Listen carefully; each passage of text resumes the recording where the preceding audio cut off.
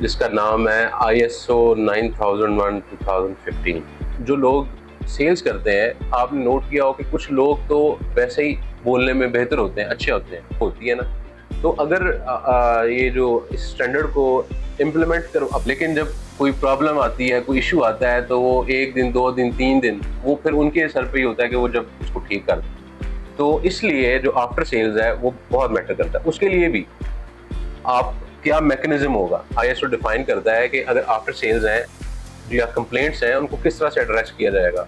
Repetition क्या है, अगर एक प्रॉब्लम बार बार आ रही है, तो एक मैंने जिस तरह पहले बताया कि काम तो इस तरह भी होता रहता है, लेकिन अगर वो एक ऑर्गेनाइज तरीके से, डॉक्यूमेंटेड तरीके से हो, तो उसके रिजल्ट्स बेहतर होते हैं इनसाइड द ऑर्गेनाइजेशन और आउटसाइड द ऑर्गेनाइजेशन दोनों है।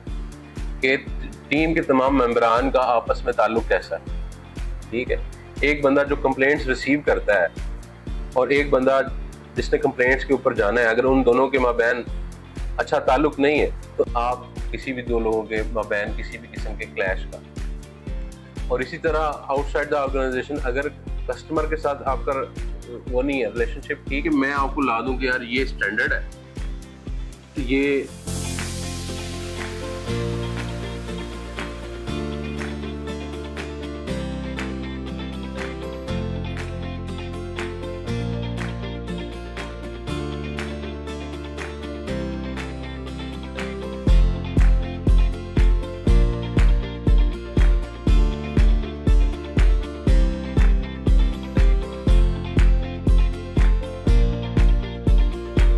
इतने लोग, फिर मैं कहूँगा अच्छा ये इंस्टॉलेशन होगी उनकी। ठीक है, फिर मैं देखूंगा कि अच्छा इंस्टॉल होने के बाद कंप्लेंट्स वाला सेक्शन, कि कंप्लेंट्स कैसे आती हैं आपके पास, उसको आप कैसे डील करते हैं, कैसे लॉक करते हैं, उनका क्लोजर कैसे होता है, वो वाला सेक्शन। फिर आप सिंस इतनी बड़ी कंपनी नहीं है, तो आपका अलग अलग डिपार्टमेंट्स नहीं बने हुए कि HR का पूरा कोई डिपार्टमेंट होगा जो बंदे भर्ती करता है, तनख्वाहें भी देता है, लीव्स भी देखता है। आपके साथ रजिस्टर्ड है, क्योंकि हमने आपका ही देखा है कि लेटर हेड के ऊपर भी है, नीचे एवरी पब्लिसिटी में ISO सर्टिफाइड लिखा हुआ है, जबकि ये तो ISO के रूल्स की खिलाफवर्जी कर रहे हैं।